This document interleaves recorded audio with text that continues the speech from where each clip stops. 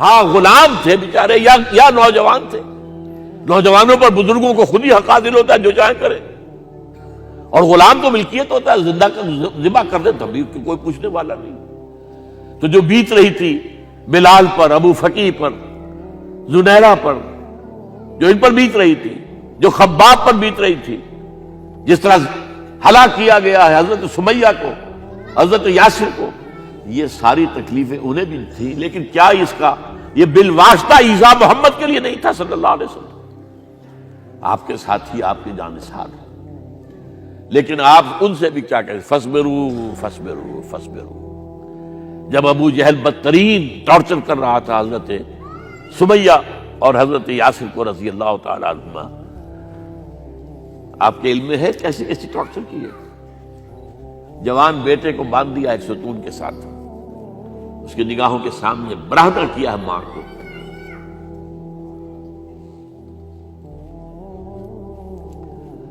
ہاتھ میں ایک مورتی ہے. جب تنگ آ گیا, ستا کر تنگ کر کے مار مار کے حضرت سمیہ ٹس سے مس نہیں ہو رہی. کہتا ہے تم ایک دفعہ کہہ دو سمیہ کہ ہاں اس مورتی میں بھی کچھ ہے, میں تمہیں چھوڑ دوں گا. انہوں نے تھوک دیا, برچھا مارا ہے شرمگاہ کے اندر.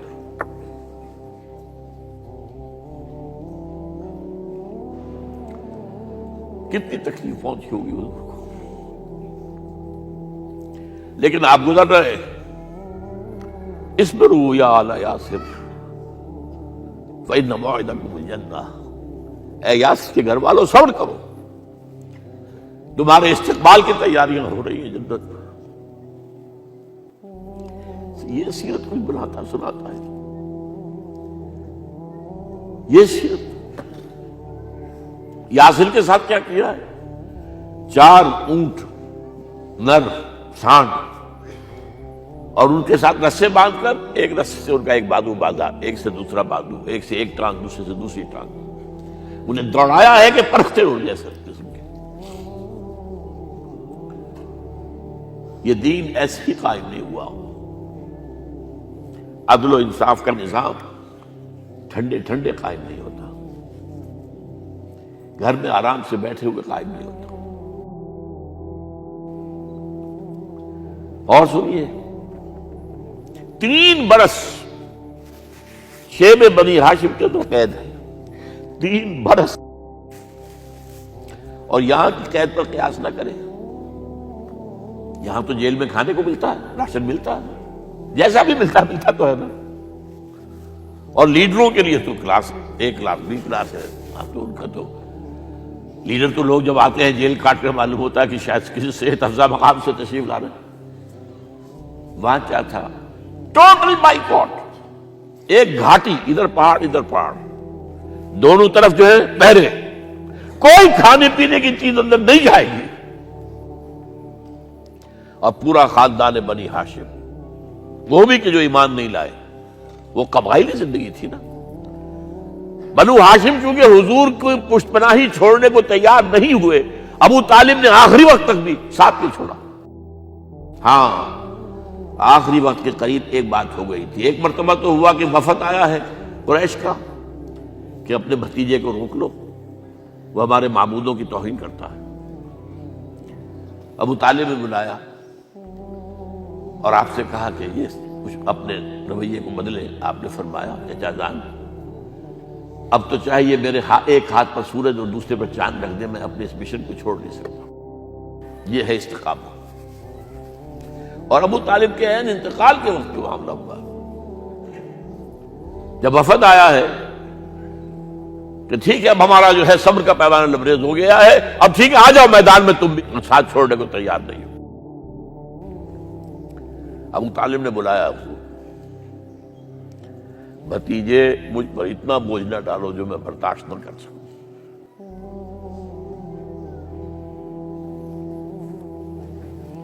حضور کی آنکھوں میں آنسو آ گئے. چچا جان اب تو یا یہ بات پوری ہوگی یا میں اپنے آپ کو ختم کر دوں, اسی میں ختم ہو جائے. بہرحال شیب بنی ہاشم میں 3 برس اس حال میں گزرے ہیں ٹوٹل بائیکاٹ، کوئی کھانے پینے کی نہیں۔ کچھ لوگ تھے شریف النفس، مثلا حکیم بن حزام تھے رضی اللہ تعالیٰ، اور بعد میں ایمان لے آئے۔ حضرت خدیجہ کے وہ رشتہ دار تھے، وہ پہاڑ پر چڑھ کر ایک طرف سے رات کی تاریکی میں، دونوں دروازے تو بند ہیں، پہاڑ پر چڑھ کر چوٹی سے نیچے اتر کر کوئی چیزیں کھانے پینے کی دے آئے تو دے آئے، بس صلی اللہ علیہ وسلم۔ کوئی اور ایک آدھ ہوگا ایسا۔ یہاں تک نوبت آئی ہے کہ بنی ہاشم کے یہ پھول جیسے بچے معصوم بھوک سے بلبلا رہے ہیں، اور اس کے سوا کچھ نہیں ہے کہ سوکھے چمڑے ابال کر اس کا پانی ان کے حلق میں ٹپکا دیا جائے۔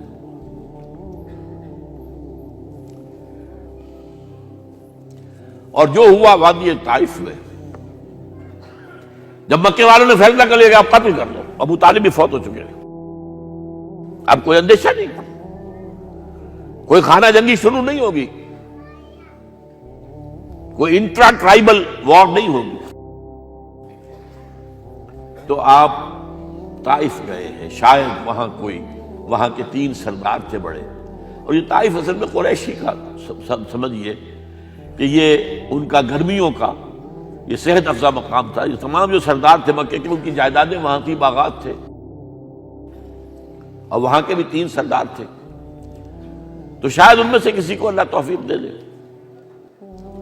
وہاں گئے ہیں اور صرف ایک ساتھ ہیں، حضرت زید بن حارثہ، حضرت ابو بکر بھی ساتھ نہیں، سائے کی طرح ساتھ رہنے والا بھی ساتھ نہیں تھا۔ وہاں جا کر جو آپ نے تینوں سے بات کی ہے، تینوں نے وہ باتیں کہی ہیں جو کلیجے کو چیر جائیں۔ تمہارے سوا کوئی اللہ کو نہیں ملا تھا رسول بنانے، جاؤ چلے جاؤ۔ ایک کہتا ہے فوراً چلے جاؤ یہاں سے، اس لیے کہ ہو سکتا ہے کہ تم سچے ہو تو کہیں میں تمہاری توہین نہ کر دوں، اور یہ بھی ہو سکتا ہے تم جھوٹے ہو تو جھوٹے کو میں منہ نہیں لگانا چاہتا۔ 3 دن کی یہ سختی، اور اس میں کیا ہو رہا ہے، اسٹریٹ ارچنز جو کہلاتے ہیں ہمارے یہاں، چھوکرے گلیوں کے، انہیں اشارہ کر دیا ذرا ان کی خبر لو، اب وہ پتھراؤ کر رہے ہیں۔ جیسے ہمارے ہاں کوئی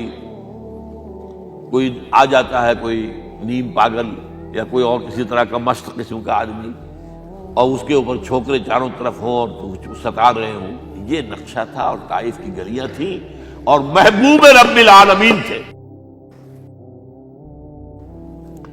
ادھر سے پتھر آ رہے ہیں تو زید بن حارثہ رکاوٹ بن گئے ہیں، لیکن پیچھے سے آ رہے ہیں، وہ کیسے روکیں گے؟ پیچھے جاتے ہیں تو ادھر سے آ رہے ہیں۔ جسم لہو لہان ہے، خون رس رس کر زخموں سے جوتیوں میں آ کے جم گیا ہے۔ پھر وہاں سے آپ نکل کر گئے ہیں، ایک باغ میں تھوڑی سی پناہ لی ہے تھوڑی دیر کے لیے، جوتے بڑی مشکل سے اترے ہیں، خون جمع ہوا، اور وہ جو پھر دعا نکلی ہے آپ کے، وہ کلیجے کو چیر جانے والی ہے۔ اللہم الیک اشکو ضعف قوتی وقلت حیلتی وحوانی علی الناس، اے اللہ تیری جناب میں فریاد لے کر آیا ہوں، اپنی قوت کی کمی کا، اپنے وسائل کی کمی کا، اور لوگوں میں جو رسوائی ہو رہی ہے۔ الی من تکلنی الی بعید یتجہمنی او الی عدو ملکت امری، مجھے کس کے حوالہ کر دیا ہے؟ مجھے دشمن کے حوالے کر دیا جو چاہے میرے ساتھ کر گزرے۔ فریاد ہے کہ نہیں؟ بڑی زوردار فریاد ہے، بڑی زوردار، لیکن پھر مقام عبدیت کا ظہور ہوتا ہے۔ ان لم یکن علی غضبک فلا ابالی، اے اللہ اگر تو ناراض نہیں ہے، مجھے اندیشہ یہ ہو گیا کہ کہیں تو ناراض تو نہیں ہو گیا ہے، کہیں تو نے میرا ساتھ تو نہیں چھوڑ دیا ہے۔ اگر تو ناراض نہیں ہے تو مجھے کوئی پرواہ نہیں، جو ہو سو سر تسلیم خم ہے جو مزاج یار میں آئے۔ واپس آئے ہیں تو مکے میں داخل نہیں ہو سکتے تھے، وہاں تو قتل کا فیصلہ ہو چکا۔ باہر ہی آپ نے ڈیرا لگایا، زید بن حارثہ کو بھیجا، فلاں شخص کے پاس جاؤ کہ تم اگر امان میں لے لو محمد کو تو محمد آ جائیں، تمہیں تو میری یہ پوزیشن نہیں ہے، میں قریش کے مقابلے میں امان نہیں دے سکتا۔ دوسرے کے پاس بھیجا، اس نے بھی کچھ ایسے جواب دے دیا۔ تیسرے کے پاس جب گئے حضرت زید، مطعم بن عدی، اس نے کہا ٹھیک ہے، میں امان دیتا ہوں محمد کو، وہ آ جائے مکے میں۔ حضور سے آگے کہا، حضور نے فرمایا نہیں جا کر کہو، آ کر لے کر جا۔ کیوں؟ کیا پتا اچانک جو ہے میرے داخل ہوتے ہی کوئی مجھ پر حملہ کرے، قتل کر دے۔ وہ تو یہ کہہ سکے کہ ہمیں کیا پتا تھا کہ مطعم نے جو ہے امان دی ہے، I never knew it۔ اب یہ قبیلے کے اندر یہ ہوتا تھا کہ ایک نے امان دے دی، سب کی طرف سے امان۔ لہذا حضور نے فرمایا آ کر لے کر جاؤ۔ وہ اپنے 6 بیٹوں کو ہتھیار سجا کر لے کر آیا ہے اور پھر لے کر گیا حضور کو، کہتا ہوا گزر رہا ہے راستے میں، لوگوں سن لو محمد میری امان میں ہے صلی اللہ علیہ وسلم۔ اس لیے آپ کو مکے کے اندر پھر 2-2.5 سال مزید رہنے کا موقع ملا ہے، اور اتنا بڑا احسان آپ نے مانا پھر مطعم بن عدی کا کہ غزوہ بدر میں جب 70 اسیر تھے قریش کے حضور کے پاس، تو آپ نے فرمایا تھا کہ اگر آج مطعم زندہ ہوتا اور وہ سفارش کرتا تو میں ان سب کو چھوڑ دیتا بغیر کسی فدیے کے۔ بہرحال یہ چند باتیں میں نے آپ کو بتائی، باقی تو یہ کہ غار ثور ہے کیسی کیسی، اور پھر غزوہ بدر سے پہلے کی رات ہے، اور وہ آپ کا زندگی کا طویل ترین سجدہ ہے اس میں، جہاں تک یہ الفاظ بھی آپ نے کہہ دیا، اللہ اگر کل یہ جو 313 یہاں جمع ہیں اگر یہ ختم ہو گئے تو پھر قیامت تک تیرا نام لینے والا کوئی نہیں ہوگا، میں آخری رسول اور میری یہ 15 برس کی کمائی ہے۔ اس وقت کہا حضرت ابوبکر نے، وہ پیردار کی حیثیت سے کھڑے تھے، کہ حسبک حسبک، حضور بس کیجئے بس کیجئے۔ بہرحال بدر ہے، احد ہے، زخمی ہوئے ہیں، دندان مبارک شہید ہوئے ہیں، خون اتنا بہا ہے کہ بے ہوش ہو گئے ہیں، اور خبر اڑ گئی ہے کہ آپ شہید ہو گئے۔ یہ سب کچھ، اور سب سے بڑھ کر حمزہ کی لاش سامنے آئی، کیسی لاش، ناک کٹی ہوئی ہے، کان کٹے ہوئے ہیں، پیٹ چاک کر کے کلیجہ چبایا ہوا ہے، کس طرح برداشت کیا ہوگا آپ نے؟ اپنے اوپر تاری کر کے دیکھیں، یہ حمزہ کون ہے؟ چچا ہے، دودھ شریک بھائی ہے، خالہ زاد بھائی ہے، ساتھ کا کھیلا ہوا ہمجولی ہے، اور اس کی لاش ہے۔ جو قلب اطہر پر بیت رہی تھی وہ مدینے میں آ کر ایک بڑا ماحول بدلا ہوا تھا، تب وہ بات سامنے آ گئی۔ جب آپ مدینے واپس تشریف لائے ہیں تو ظاہر بات ہے کہ زیادہ انصار کے لوگ تھے جو شہید ہوئے تھے۔ بدر میں مہاجرین تو میرے خیال ہے 1/4 تھے نمبر کے اندر، 3/4 تو انصاری تھے۔ اسی طریقے سے احد کے اندر معاملہ ہے، تو مختلف گھروں سے عورتوں کے بین کرنے کی آوازیں آ رہی تھی، اس لیے کہ اس وقت تک بین کرنا حرام نہیں قرار دیا گیا تھا، ممنوع نہیں تھا۔ آوازیں سن کر حضور کی زبان مبارک سے نکل گیا، اما حمزہ تو فلا بواکی لہو، ہائے حمزہ کے لیے تو کوئی رونے والی بھی نہیں ہے۔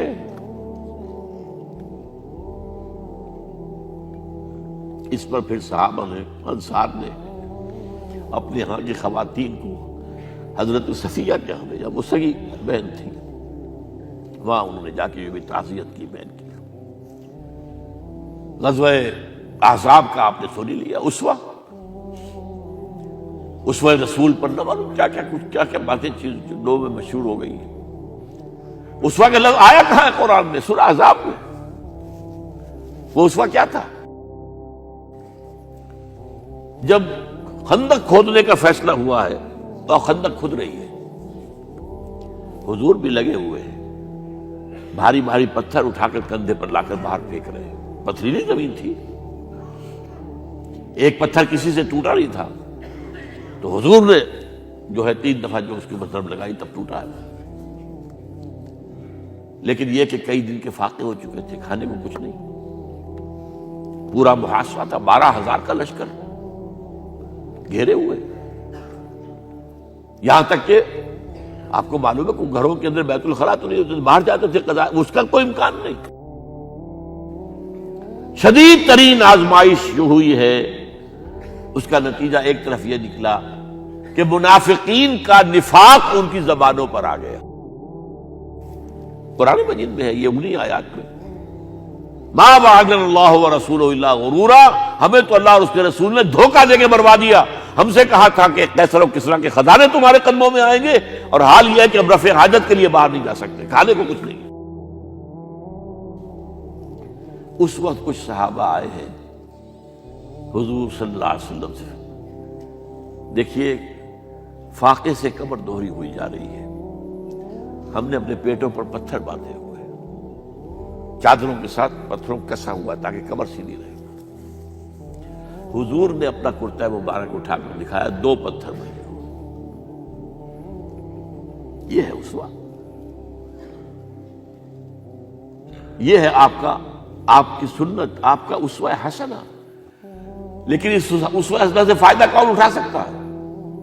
لقد کان لکم فی رسول اللہ اسوۃ حسنۃ لمن کان یرجو اللہ والیوم الآخر وذکر اللہ کثیرا۔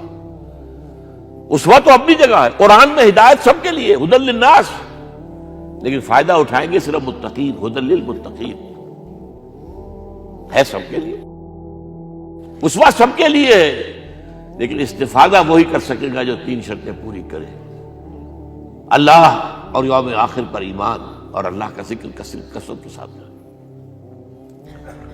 بہرحال یہ میں نے آپ کے سامنے اس حوالے سے رکھا ہے، یہ اسوہ جو ہے حضور کا، یہ ہم پر اتمام حجت ہے۔ دیکھیے نوٹ کیجئے، پوری نوع انسانی پر اتمام حجت، اسلام کا نظام عدل اجتماعی جو قائم کر کے دکھا دیا، حجت قائم، اسے انگریزی میں کہتے ہیں اٹس ڈویبل، کیا جا سکتا ہے، یہ کام ہو سکتا ہے، اس لیے کہ زمین پر قدم بقدم چل کر یہ انقلاب آیا، محنت سے آیا، مشقت سے آیا، ایثار سے آیا، قربانیوں سے آیا، تکلیفیں جھیل کر آیا، صبر و مصابرت سے آیا، استقامت و مقاومت سے آیا۔ یہاں پر معجزوں کی کار فرمائی نہ ہونے کے برابر ہے۔ یہاں دھوپ سے بچانے کے لیے کوئی اللہ نے صاحبان نہیں دیا، ظل اللہ علیکم الغمام، اور بھوک سے بچانے کے لیے من و سلوہ نازل نہیں ہوئے۔ غزوہ تبوک میں ایسا بھی ہوا ہے کہ 3 مجاہدین کا 24 گھنٹے کا راشن ایک کھجور، ایک نے منہ میں رکھی، کچھ چوس لی، کچھ گلوکوز چلا گیا اس میں سے، دوسرے کو دے دی، اس نے چوس لی، پھر تیسرے کو دے دی۔ من و سلوہ نازل نہیں ہوئے۔ محنت، مشقت، ایثار، قربانی، صبر، مصابرت، استقامت، مقاومت، یہ ہے اسوہ رسول۔